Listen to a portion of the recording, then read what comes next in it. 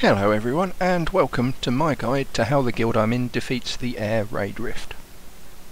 This rift is designed to be done by 10 people, but up to 20 can be in the raid group, and all are eligible for loot and the inscribed source stone. It's probably advisable to bring a few extra people when you are first attempting these rifts. Like most raid rifts, this one requires a main tank and an off tank, both with over 100 toughness. We normally use 2 healers for the tanks, 1 on each, and the other healers focusing on any raid damage. The rest can be a mix of ranged and melee DPS, though for this rift ranged is preferable over melee, and these need over 100 hit or focus. Throughout the first 3 stages there will be 4 pylons forming a square in the rift. People need to be aware of these and take care, as they will fire beams of lightning between them, either in a square around the outside or as a cross through the middle. These beams hit quite hard, so people should avoid them as much as possible. People will also in these phases, and in the final phase itself, get a debuff that will mean they will do damage to everyone around them when they move. If you get this debuff, you should remain still, and healers should be on the lookout for whoever has this, as it can be cleansed and should be as quickly as possible. Phase 1 has a large nexus in the middle along with a pair of birds. The birds should be picked up by a tank and moved off to the side. They will place a stacking debuff on people near them that will drastically reduce their range, so people should move away from them. All DPS should be on the main nexus. This will cast lightning at people that chains to others nearby, so people should spread out as much as possible. It also has a point blank AoE and knockback, which can be annoying for melee. Once the nexus is destroyed, the phase is over.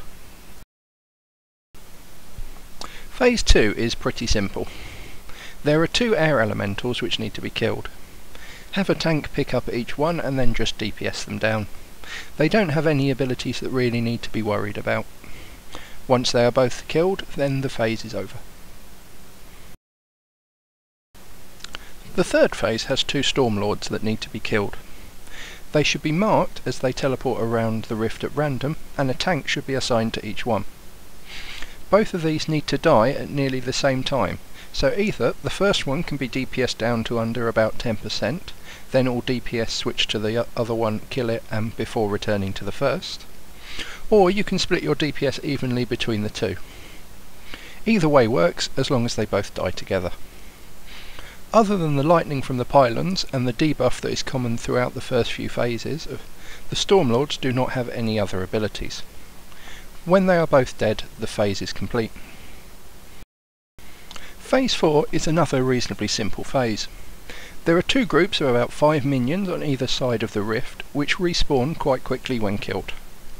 Have a tank assigned to each side to pick up each group, and then just AoE them down. DPS need to be careful with their positioning here, as most of these minions do have a cleave. Just keep having the tank pick them up and AoE them down each time, and when 30 of them have been killed, the phase is complete. The final boss of this rift is a dragon, with all the common abilities associated with one. He has a tail swipe and a breath attack to the front. He will also do a point blank AoE knockback randomly. We have a tank pick him up, and everyone make sure that they are at the side of the dragon. He has a surprisingly large hitbox, so melee should try to be as far back as possible while still being able to DPS him. He will place a purple circle on the ground which people need to move out of. This can mean that the tank has to move the boss, so people need to be careful of his breath attack and tail swipe at all times. He will periodically summon 2 adds. These should be picked up by the off tank quickly, and there are then 2 different ways to deal with them. They will buff the boss, making him take less damage while they are near. If you have high DPS, they can be tanked near the boss and just DPS down with AoE and cleaves.